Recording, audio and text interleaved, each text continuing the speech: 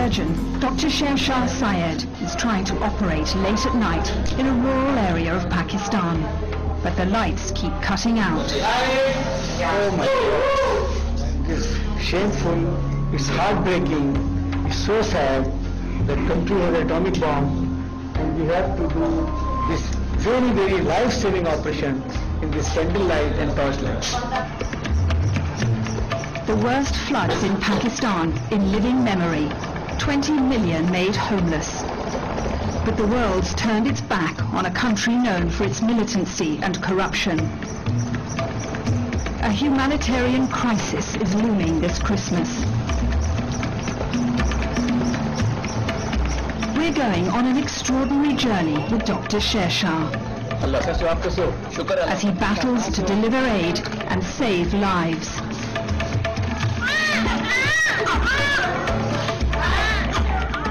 This is a real hard life in Pakistan.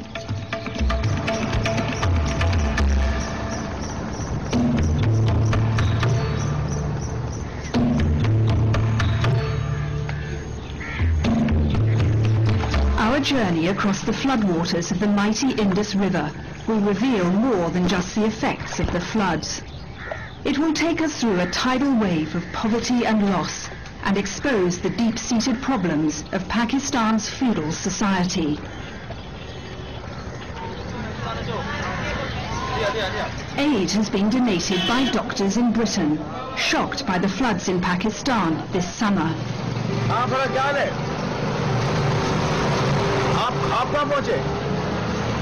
Dr. Shershah's had an SOS call from one of his former students. She's in a town cut off by the floodwaters and needs help.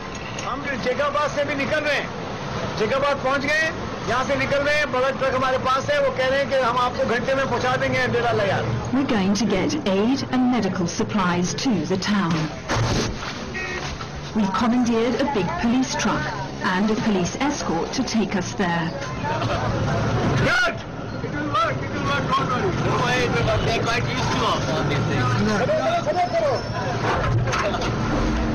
We've got a 20-mile drive ahead of us, and all the reports are it's bad out there.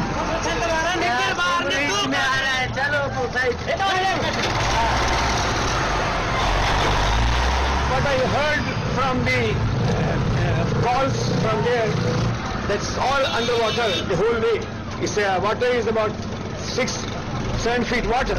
So let's see how much we will see. So hopefully we'll get through. Families are crisscrossing Pakistan, some still escaping the flood, others making their way back home.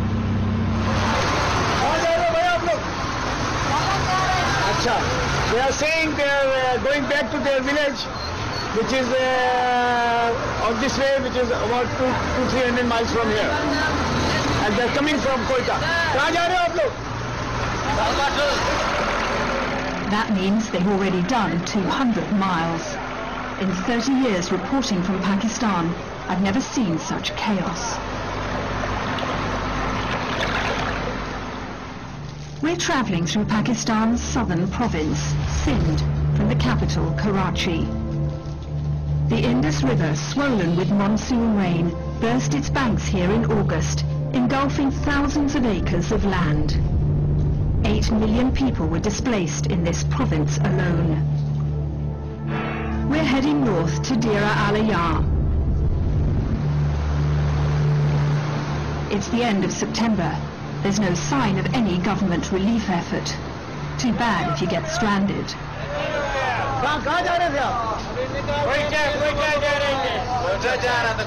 They were going to Quetta. They were just floating when the water was so much that the whole vehicle was floating and just turned it round. How long have they been there? कब से हैं आप लोग इधर? कब से हैं इधर? कितने दिन से? 4 दिन से. 4 days. 4 days. They are just sitting here on top. Yeah. This is a tragedy beyond my imagination. What do you think, seeing these people streaming along the road out in the water? It's so depressing and so sad. It's more than a month now this area is affected, and people are just suffering. Whole family is just walking, about 18-19 miles, just walking. And you know, in this water, they can't even sit somewhere to take rest. They have to stand and walk. I am saying the first time, myself. When we finally get to Deir al-Ayar, 3 hours later, there's water in the streets.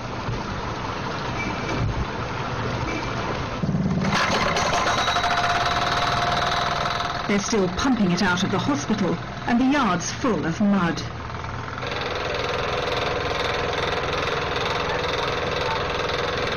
Shershah's former student, Dr. Farah Koso, is a gynecologist here. Like him, she's passionate about her work. And you can see the water levels there, no? It was over there. This was the water level? Yes, sir. Oh, so it's above the head. Above the head. What happened to your ultrasound machine? I have kept my ultrasound machine on cupboard. On the top of the Top cupboard. of the So cupboard, safe. it is safe. You can do Yes, sir, EPT and fetal Yes, you fetal can do. monitoring and maternal monitoring. Yes, sir, I can do ultrasound. What happened to your drugstore? Everything is lost. Everything is lost. We people have started cleaning things. The floods flashed through the hospital without warning 6 weeks ago, destroying everything. You can see the water levels in these rooms also. All the medicine is... Everything is lost. Everything.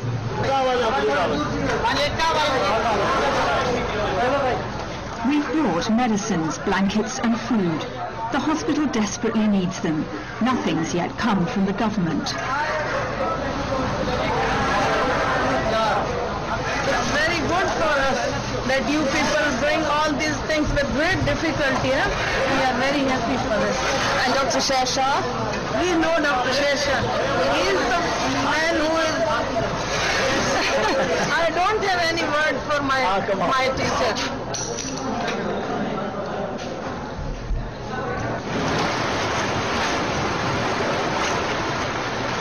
People round here are angry.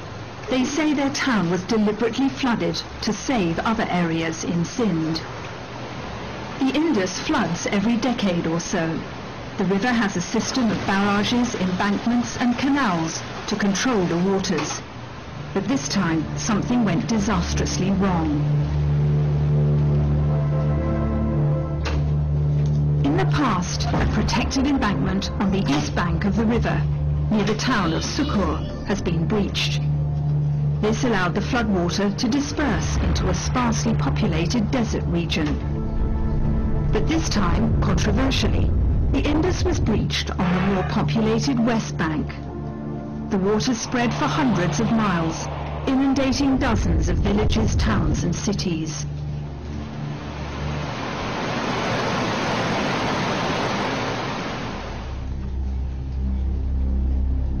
These mobile phone pictures were taken when the waters rushed into Deir al-Ayar.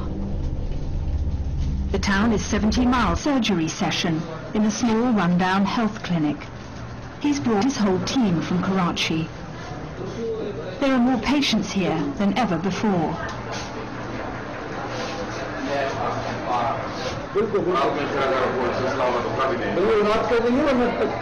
The patient can just walk in, we'll treat them and she can leave this place with dignity without paying a single penny.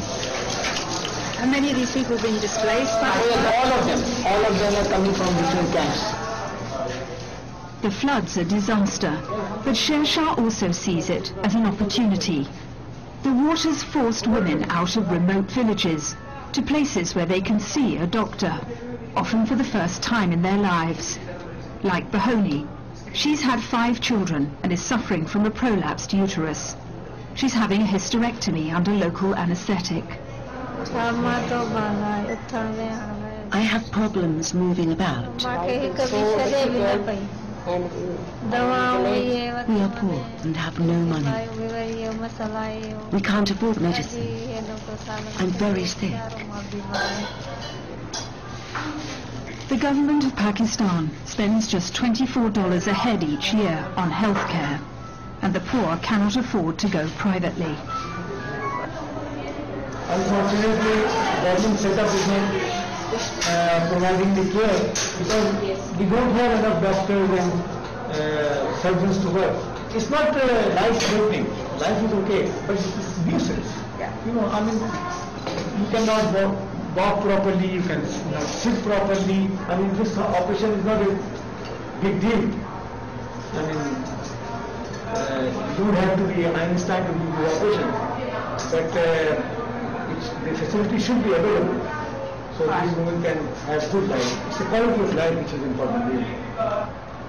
Like many rural clinics, the wards here are bare and crumbling, and there's no reliable electricity supply. The power keeps coming and going. Usually they have no generator. I don't know what's happening. You will start after some time. Sometimes just a simple touch.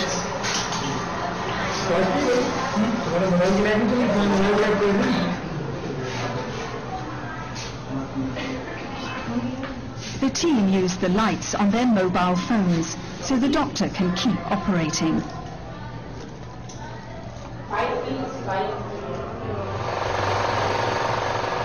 Once the generator gets going, they can carry on. There are 22 patients on the list today. Finishing one case, and somebody will close. I will start new one, then somebody will close. Follow like that.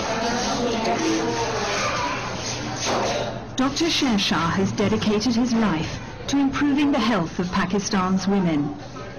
He wants to highlight the high death rates he sees as a national scandal.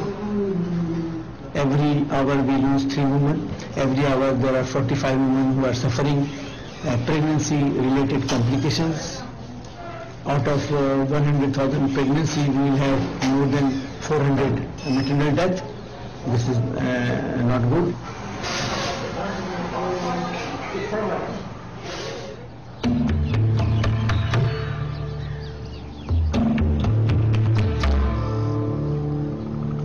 A third of Pakistan's population live below the poverty line.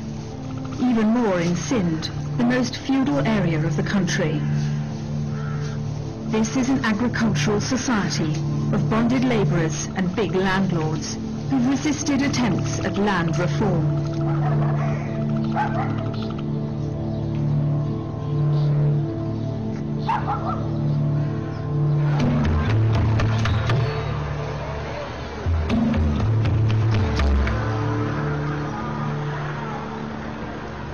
It's these people who are affected by the floods, millions of them made homeless in Sindh alone.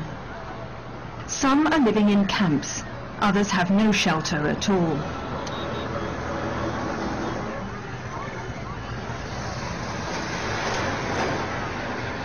Dr. Shershah set up his own camp through the Pakistan Medical Association. The doctor's always been a social campaigner, but since the floods, he's become angrier about the plight of the most disadvantaged. They're not poor, they're extremely poor. Extremely poor. I mean, you can see what belongings they have, and if you ask them what other belongings they have, they will say they have nothing in their house anyway. I mean, flood derooted them from the place, otherwise they don't have to lose anything. And now they are here, ignorance and illiteracy will kill them, because they are totally illiterate and ignorant people with no resources. The only resources they have, their hard work in their land, and they all depend on the hands of this big landlord. So this is 60 years of failure and 8,000 years of feudal art system. Shershah's camp provides the basic necessities.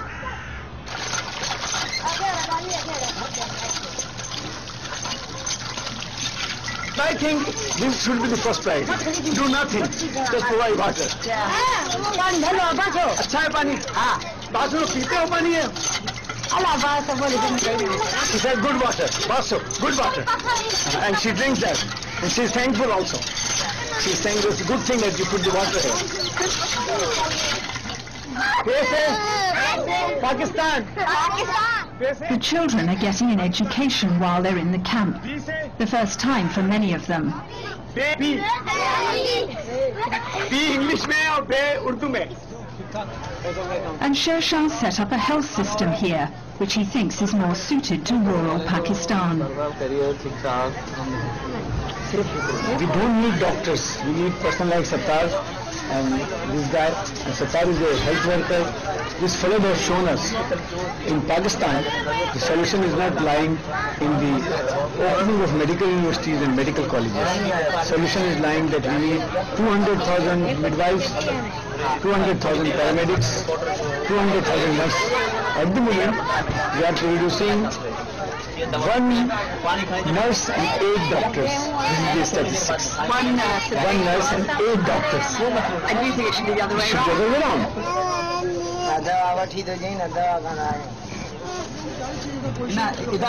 3-year-old Sertaj has an infected sore, a skin complaint typical of flood victims, especially children.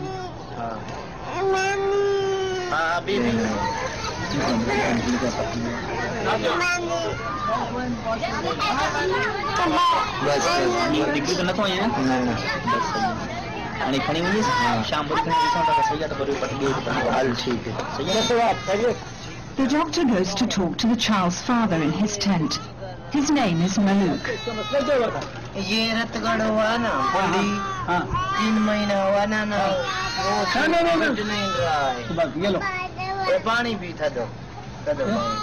सारा पानी है भी पानी है बहुत तो उसको पानी निकल रहे हैं अभी गोट चक्कर लगाया था बहुत पानी पिया हुआ है अच्छा तो वापस जाओगा जब पानी कम हो जाएगा ना अच्छा Like most people here, Maluk is a landless labourer.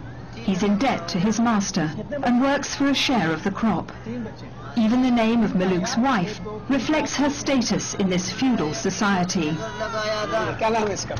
गुलामी हैं गुलामी तो गुलाम बनाया हुआ है क्या He's saying her name is slave. Her name is Slave. Slave. I asked him, is she really a slave? He's saying, no, her name is slave. She's not slave. Maluk and Gulami have 3 children. There are 17 people in the extended family. They've lost everything in the flood and they're struggling to survive. This is their food now. This is the bread and this is their food. This is, And that's all they have? they are going to eat like this. Wow. Chili. The chili.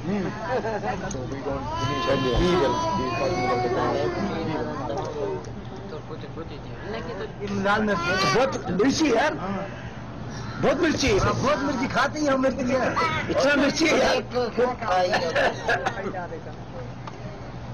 बहुत मिर्ची तो यार हाँ ना ये पूरा हो जाएगा ना सब खाए गए कम होएगा तो एक मनी खाएगा ना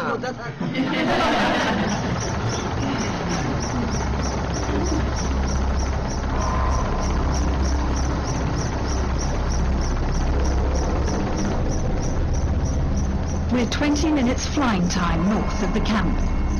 A UN helicopter's taking us over the area where Maluk's village is.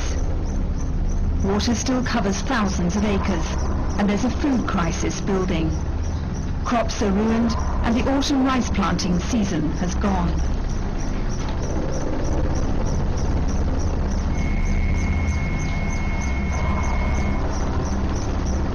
Violence, driven by Islamic militancy.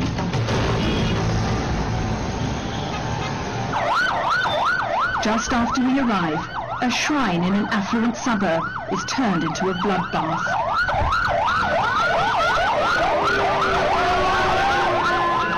Suicide bombers attack on a Friday night when the place is packed with worshippers.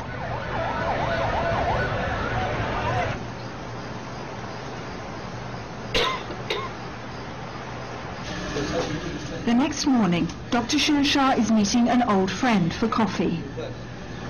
A twin blast, this is Abdullah Shah Ghazi's shrine, and these 2 boys, 14 and 16 years old, they went there and they blast themselves, suicide bombers, and they killed more than 12 people. And what is at the root cause of Pakistan's increasing militancy? In my personal opinion, it's because of the ignorance and illiteracy. And I think a lot of parents, they want to send their kids, their children to schools, and unfortunately, there's no schools. As far as government schools are concerned, it's finished. So majority of the kids will go to madrasa. 8 to 10% madrasas are those madrasas who belongs to militant. And in those madrasas, they teach all kind of things which is not human, which is not Islamic in my view, which is not right. And in those madrasa, you create a new generation. The doctors trying to raise awareness of the floods amongst the affluent citizens of Karachi. The disaster's been a wake-up call to the middle classes, who become increasingly involved in the relief effort.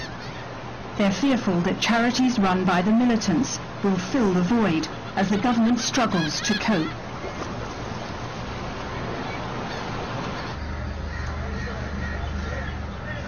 Aid is piling up at PMA House, headquarters of the Pakistan Medical Association. Businesses, pharmaceutical companies and private individuals are giving money, food and medicines. Shershah and other doctors are coordinating the distribution. After the Pakistan earthquake 4 years ago, aid was allegedly siphoned off. This time, many donors would rather give to professional organizations like the PMA than directly to the government.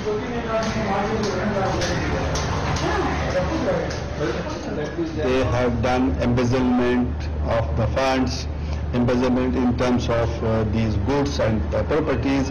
Like I keep on hearing that those things which came as an aid, it is being sold in the market. And it's not only now. I mean, this lack of trust is from the time of earthquake also.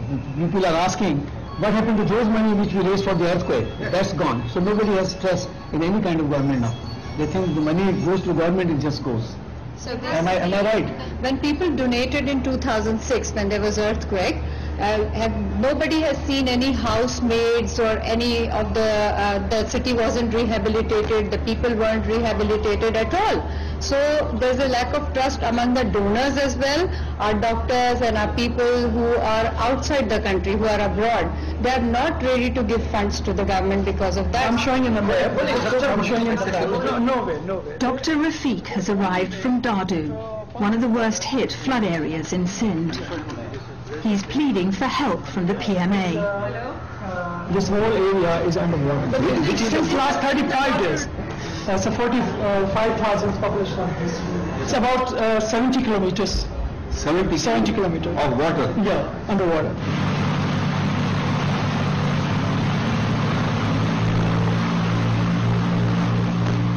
Only the treetops show Dadu was once a fertile plain. Now the only way over it is in a Navy hovercraft.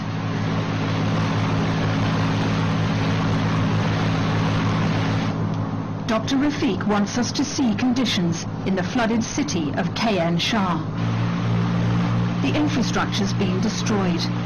The World Bank estimates the floods have caused nearly $10 billion worth of damage to Pakistan, a country already deeply in debt.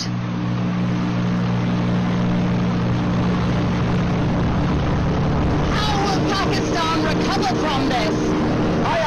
Since morning I'm just trying to think. This is 10, 15, 20 times biggest disaster than the earthquake. And we still did not recover from earthquake. This is going to be there for next 10, 20 years. And I think our country, and especially this province, will go 100 years back.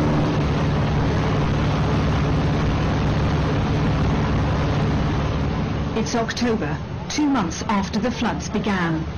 Most people fled from the city, but thousands are still living here, mostly on the rooftops. Health situation is really very bad. It's unimaginable in this part. Because the main reason is the ration was not able to reach over here, and even the medical supply are more scarce over here. No doctor was over here.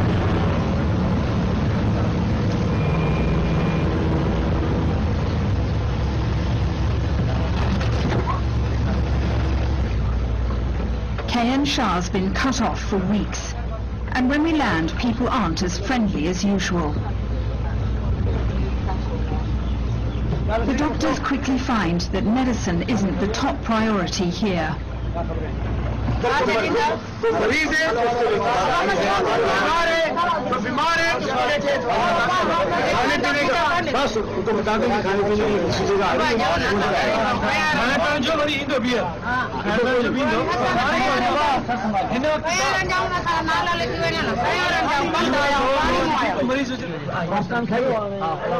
The doctors are worried about what comes in the wake of a flood, disease.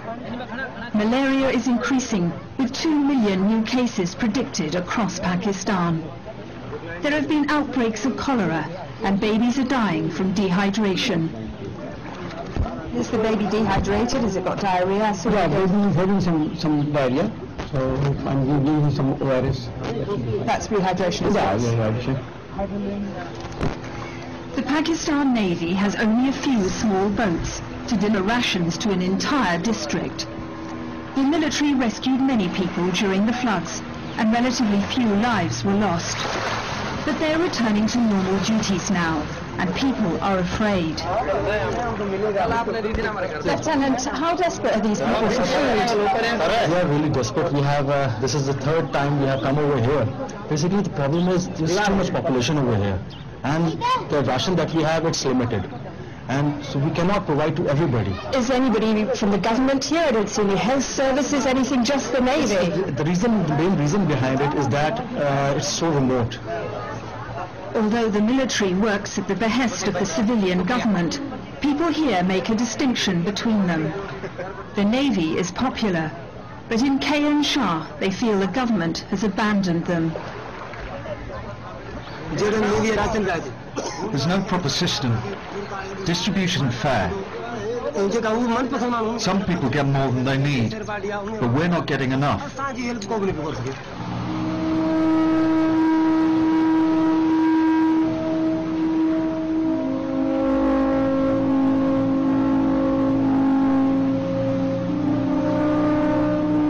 Outside the city, thousands of people are marooned on an embankment nearly 100 kilometers long. Winter is coming on, and many of them have no proper shelter. Then we discover signs of life on a tiny sliver of land in the middle of the floodwater.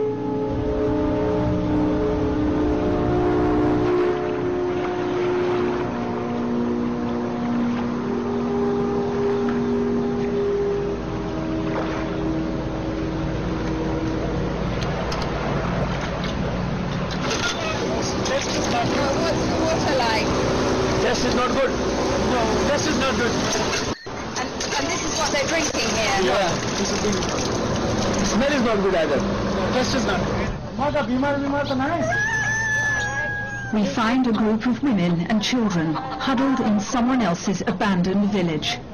They're hungry, weak and anemic. Paper white.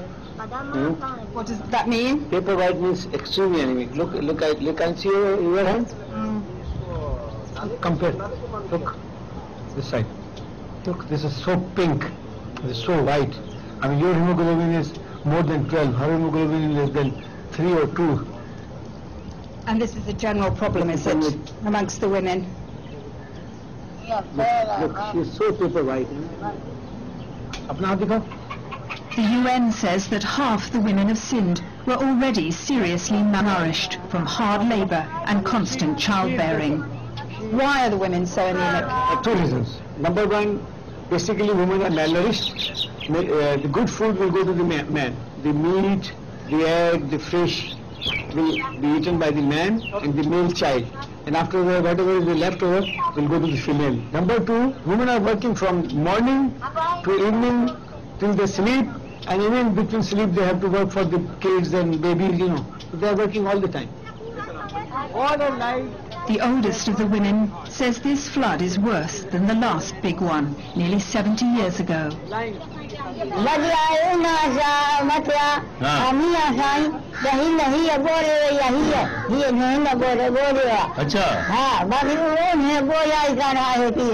मियाँ जैसा ढोल था वही ही बाकी ना सारे मुकाम में कौन मिले हो अच्छा What she is saying that there was a flood in 1942, and that's they call black flood, Kali Bodi,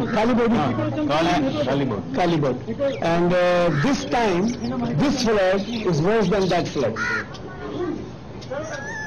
This is bandit country.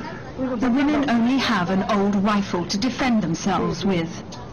They fled here when their own homes flooded, and their men took the animals to higher ground. This belongs to her. But you say, this is one person, this belongs to some other person, and this belongs to some other person. So there are I think 3 or 4 families left over here. We were all alone. There was nobody to help us out. Our men did not take us with them. We had no water, no food. The boys carried my mother from over there. We do not know where my brother is. He left us too. My husband also deserted us. The men just abandoned us.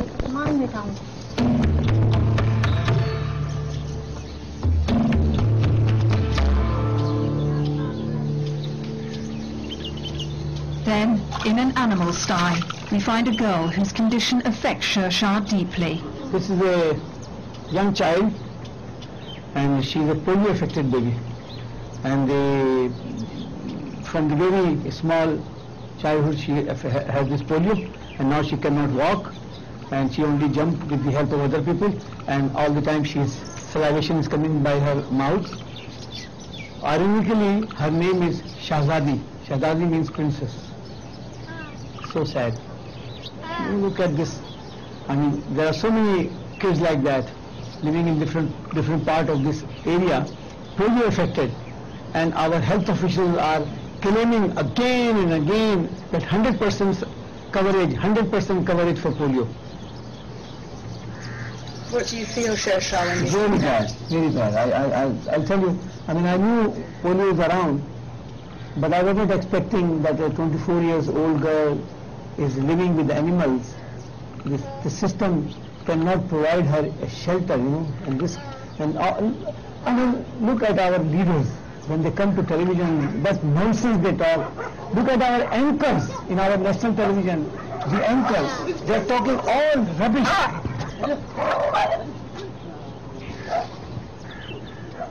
So this is the way they are living. Look, animals are jumping around, and now we are here, so we can talk. I mean, she's just living with the cats and dogs, and what I was talking, all our anchors on national TV, every day you sit in their program, and you're just fed up of listening to them talking about all nonsense, and the more talk about this kind of problem our country is having. But this is a real hard life in Pakistan. So 10 days ago I was actually invited to in APGM meeting in Denver, where I was talking about the implementing modern obstetrical care and reproductive health in low-income country. So I just want to show some of the slides in that presentation, then we'll have a time for discussion. So what I said, that low-income country, there are 2 types of low-income country.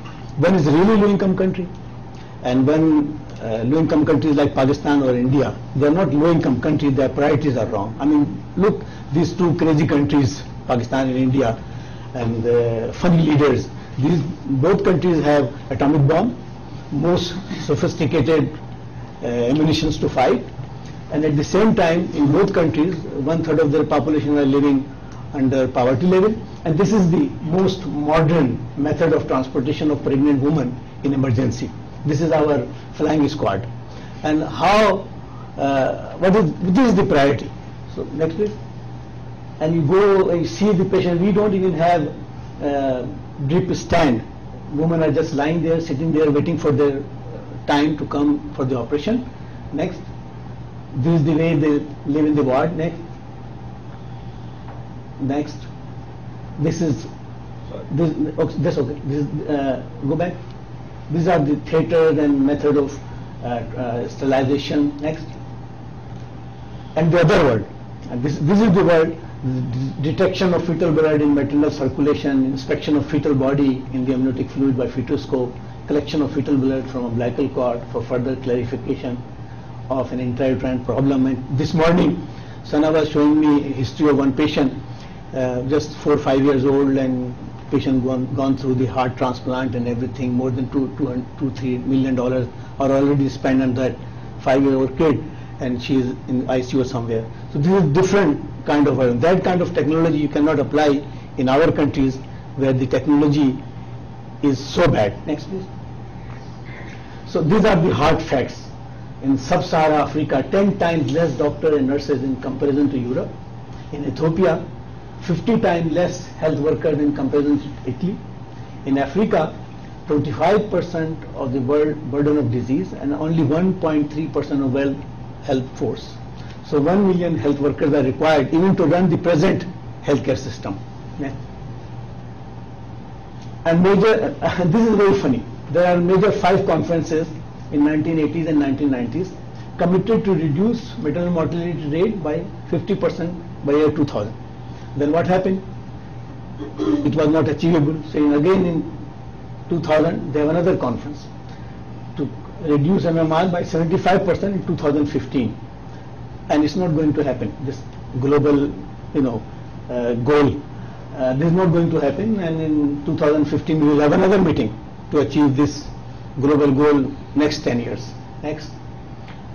But there is another conference in 1994, International Conference on Population and Development in Cairo.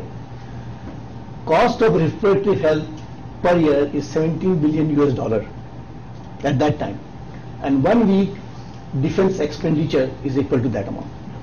So you can see the priorities, what kind of priorities are there, and this conference has never addressed these kind of issues. I mean, fixing goal is very easy for the leaders from our country and just sign a memorandum that you will do that, but they never discuss that much amount of money is going to the defense and this kind of expenses. And this is the real fact. The hardest hit are the poor and the rural women, especially in Pakistan. It is the poor and the rural woman which is the hardest hit. She will really suffer. Next. And what is the challenges? Next. Death associated with poor maternal care during pregnancy and delivery. Next. So maternal deaths around 500,000 per year. 99% of them are from lower and middle income countries, and death among newborn 7 million per year. Next. And 3 million stillbirths are directly caused by the maternal disease and poor delivery care. Next. And 3 million neonatal deaths are directly caused by the maternal disease and poor delivery care, preterm birth, asphyxia and neonatal infection. And all controllable. Next. In addition to these 6 million deaths, there are almost 500,000 maternal deaths, in total 6.5 million deaths associated with poor maternal care, and about 80,000 maternal deaths associated with the termination of pregnancy. Next. So formidable challenge is the 20,000 daily deaths due to maternal ill health, pregnancy complication and poor care at birth. Next. Then another issue, maternal morbidity. 300,000 women suffer daily with some kind of morbidity associated with pregnancy. Next. And I will talk about only one morbidity, that is fistula. This is one of my patients. She was only 13 years old when she got married in one small village, Darsana in Balochistan. She was pregnant at 14 years of age. She was in labor for 4 days, and after that she delivered a dead baby, and she had 6-7 days she developed a VVF and RVF, vagicovaginal fistula and rectovaginal fistula. She waited another 3 years in her village because she didn't know where to go, passing urine and stool all the time. And after 3 years they came to know that we are operating this kind of cases.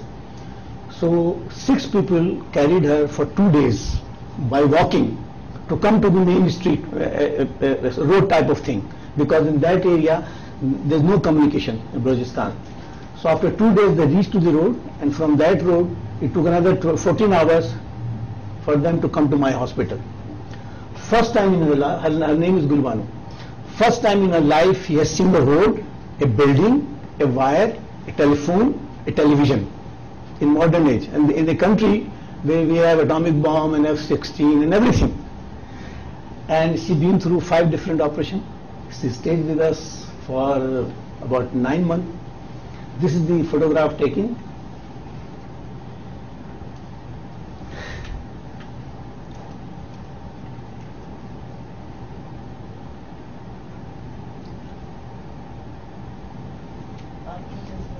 I'm sorry. Whenever I see this patient, I start crying.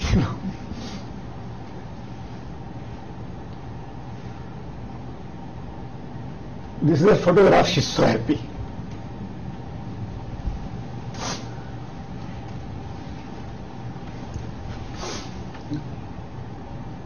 So we know Mehmood Fatala. Mehmood Fatala is a gynecologist in Egypt. He was a feudal president, and he said that women are not dying because of the disease we cannot treat. They are dying because the society has yet to make the decision that their lives are worth saving. And this is the main thing for our countries. If we are ready to save our women's life, we can save them. If we don't think they are worth, then we are not going to save them. Next, please. And this is a decision. We have poverty, which is killing us because of the ignorance and education. And this is the priority we have. If we have a priority for atomic bomb, for wars, then poverty will be there, education, illiteracy will be there, and people will continue suffering and dying.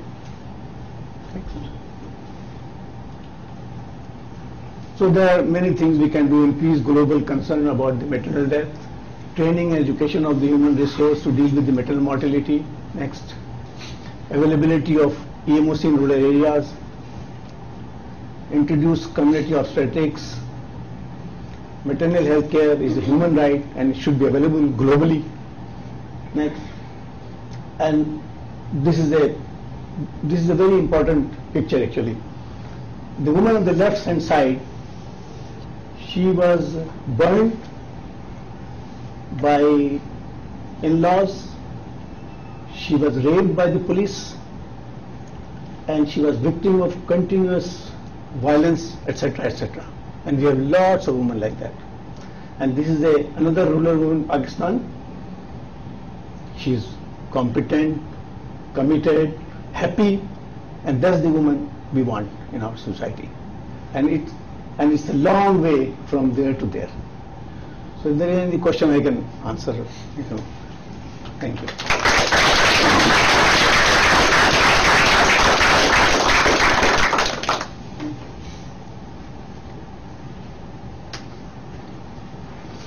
Yes.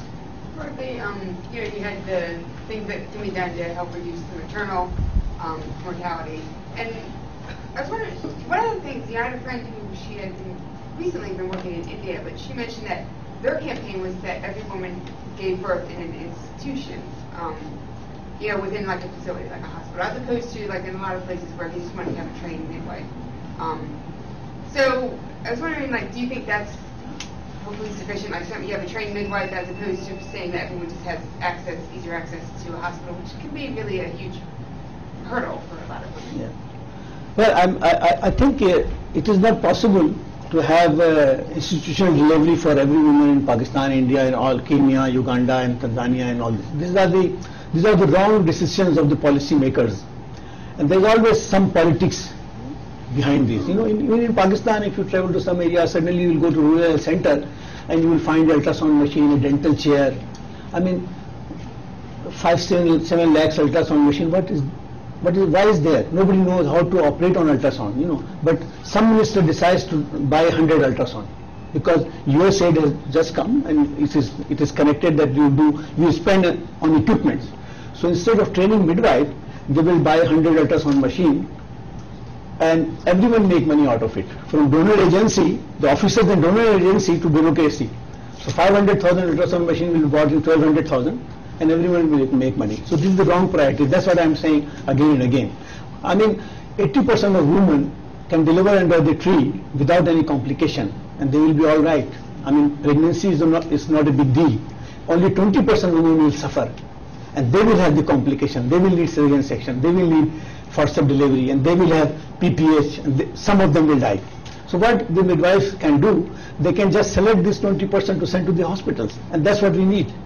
We need trained midwives. I mean, as I said, Pakistan is producing 1 nurse and 8 doctors. It's good to become doctor. You know, you become doctor, you work in your own country, make money, you go abroad, you make money. And government is very happy, these doctors are going abroad, they are sending money to Pakistan. It's a foreign exchange, it's another corruption. But if you train a midwife, it costs very little. And she will go and work in the rural areas.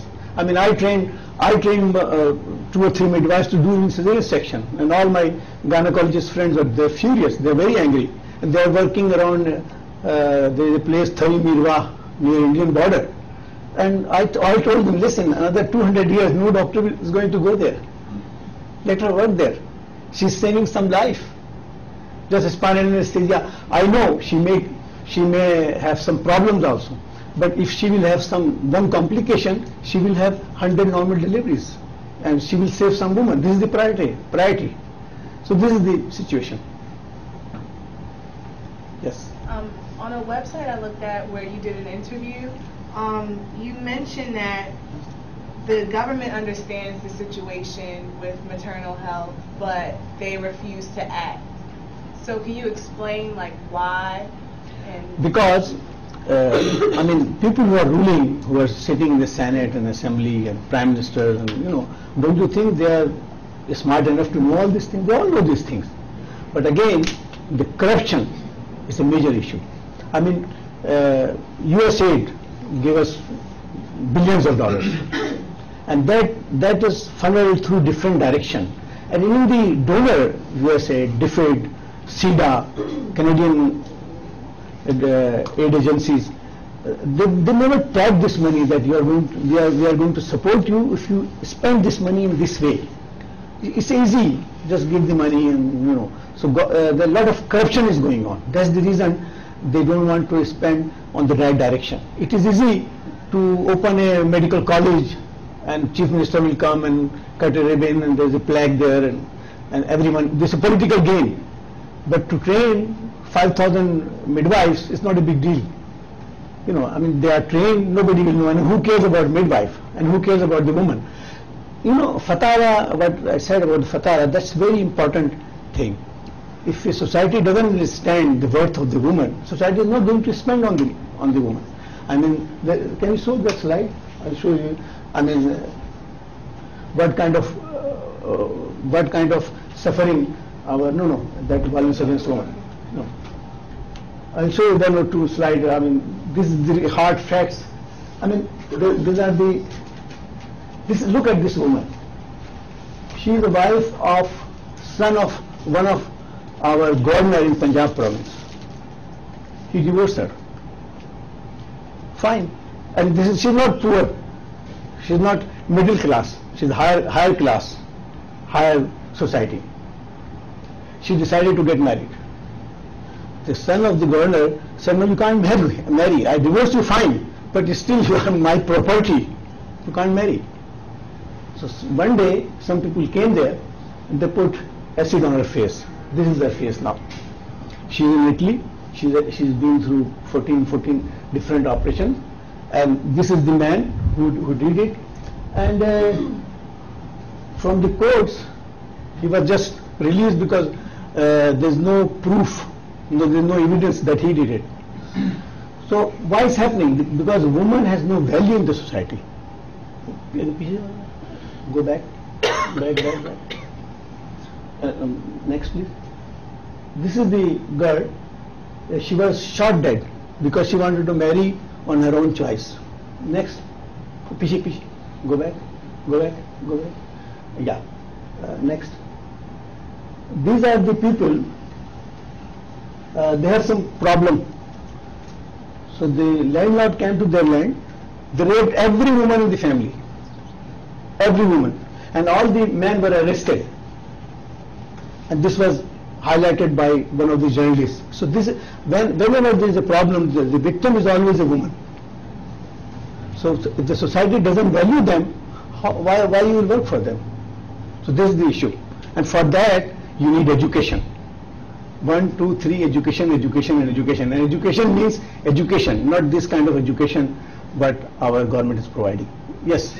I was wondering, you talk about society valuing women, and I was wondering if what you're asking for is more money for programs that value women, or if you're asking for more of a societal change that really doesn't have a lot to do with money.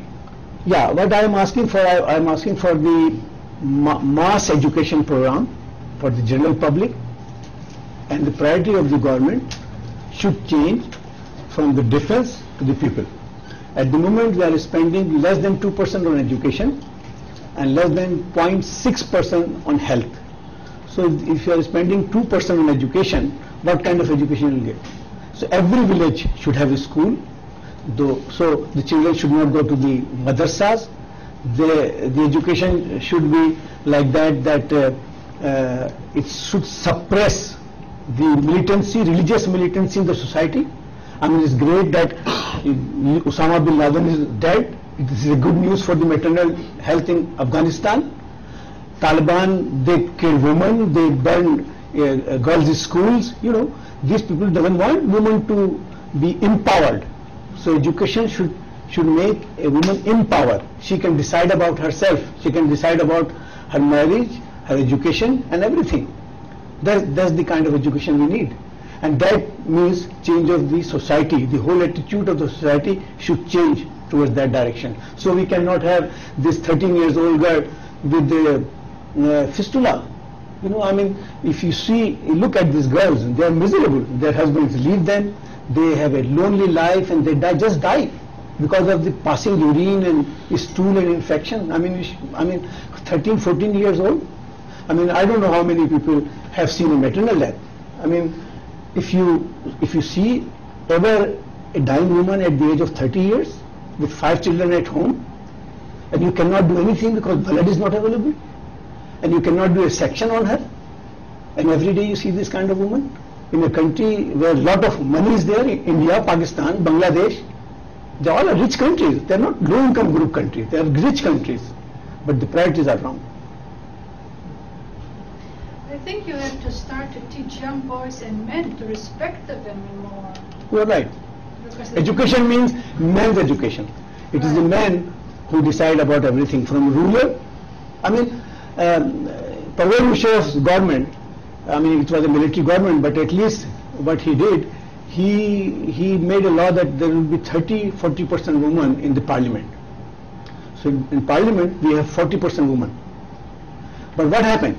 These 40% women are coming from those families who are rich, powerful political families. So these women are there, they are also there to protect the men, not themselves. Fatala again said once that the women, they are always worried. They are always worried about their children, they are about husband, their sons and daughters. They never worried about themselves. So these poor women, they never, I mean, they have no time to think about themselves. And the education is like that, they can only do sacrifice. So you are right. So if you start educating the people, won't the landowners be upset that they don't have essentially slave labor anymore? Definitely. So, I mean, do you ever feel threatened? I mean, are there ever threats there are problems off and on. There are problems off and on. You're going to try and change the system against what's... Well, I'm not trying to change the system because I'm not a political person. I talk a lot, yes, and sometimes I get threat, fine. On television, they ask me to come, and sometimes I talk about these things. That's fine. But what I am saying, I am proposing that we must do, at least we are there, we can do something about the healthcare system. So that's what we are doing in Flood. I was doing this camp, so these BBC people came and they just follow me. And every year we do about 10-15 camps in different part of the country. And at least, I mean, we are not going to bring big change. we just change life of some woman, you know, and feel little bit happy. But that's not the solution. Solution is with the government. And government, I mean, last time I was in Boston and I gave a talk, and some people asked me what to do. I said, what we can do? I said, write a letter to Mr. Obama. Then when you support Pakistan, condition Pakistan, link a tag that if this amount of money is going, what are you going to do with this money? And we want audit report. You know, that's what you can do. I mean, you just can't give this donation and funds to have a good time of this, all these political people, they have good time of this money. No. Audit is very important. If this $0.6 billion is going towards women's health and education, so it should go to the women's health and education. There is no accountability. So that's what you can do. Yes. Shershah Syed, that was a really great talk. And I just had a question about, you say that education is the way to go, and the government is going to be at the end point responsible for making that change throughout the country. But as a parallel process, there are going to be all these women who still need care. And that generation has come and it's staying there for another 30, 40 years. Is it possible to find like-minded individuals like yourself to form a group that can provide that kind of care all over Pakistan? No, it's not possible. It never happened in anywhere in the world. The best maternal care system is in Sweden, but the king at that time was so sensitive, he did something. So he started the first school of midwifery, and now the Sweden has the best maternal mortality rate, best neonatal mortality rate, the women empowerment, and etc., etc. The king decided that we must have some education. It has to be government. It has to be government. But our priorities are wrong. Even in those times, our king, his wife died at the birth of 14th baby. So instead of doing something about poor women, he made a Taj Mahal. Billions of dollars he spent on Taj Mahal. Same time when the Swedish king was opening a school of midwifery, that stupid king was making a Taj Mahal. And people in America, same date, the people in America was constructing Harvard University. So this is the thing, you know, I mean, there's no shortcut that, okay, let's go and do something. There's no shortcut. It has to be a long way to go, and the government has to be sensitive, and government has to do something. It is the government who does all these things. Small countries, Sri Lanka, poor country, they have achieved things, you know. Malaysia, it's a Muslim country. They say it's very difficult to educate Muslim women. No, Malaysia's all the indicators in Malaysia are fantastic. It's as good as near to England. They spend a lot of money in education, and within 20 years Mahathir achieved everything. Because Mahathir was not mad, he didn't go to develop atomic bomb and fight with Singapore and fight with Australia and have some trouble with Indonesia. No, he decided no. Fortunately, Mahathir was a doctor, his wife was a gynecologist, they understand, and they did something which is good for the country. And within 20 years they achieve all these things. So it is the government. I mean, group of people will never, group of people will go and do some operations and will sleep in the night that we did something good, but that's not the answer. Yes. Do you think there can be a possible way if you have a group of American students who, med students who want to collaborate to have some type of effective group, and they can get funds? It's easier for them to get funds from America, so they can go to Pakistan or wherever. Oh yeah, it is possible. I received many students from America and Scandinavian countries, people from Uppsala and Stockholm, Norway. Students 4th year, final year medical students, they come and they're very brave. They come and they go with me to different camps, work in our hospital, see fistula patients, do studies. Some of them will go like this Gulbano. One of the students wanted to go with her to her village, and they went.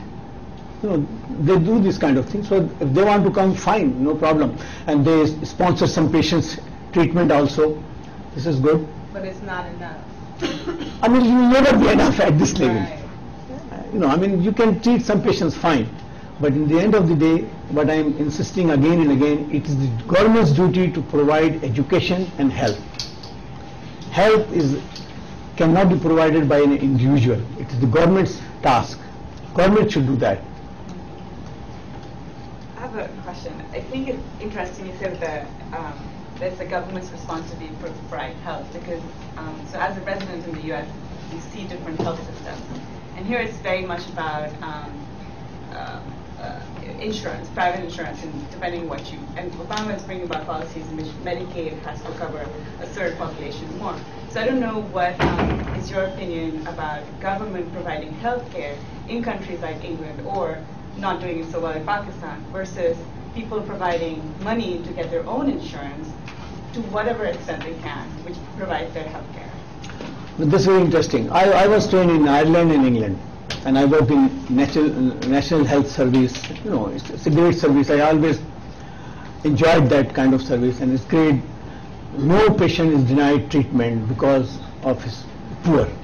Not emergency treatment, any kind of treatment. Sometimes I'm driving in USA and listen to the radio, and I just don't understand why this radio commentators are against this kind of care. I don't understand. I mean, I think any care, what Obama is talking, what I understand, but I don't know the local complexities. But what I understand, if there is a universal health care for everyone, why not? I mean, there is always a room for exploitation of this system. And there will be some people who will never be happy. But at the same time, care, especially emergency and basic health care, primary and basic and emergency health care should be available for anyone. And that's what I think. And working in England and Ireland and seeing some of the healthcare system in Sweden and France, I think it's a great system. I mean, the health providers are happy, doctors are happy, nurses and midwives are happy, and patients are at the receiving end. Patients are never worried what will happen if I cut my hand and something happened to my wife, and what will happen to my kids. They are never worried about these things.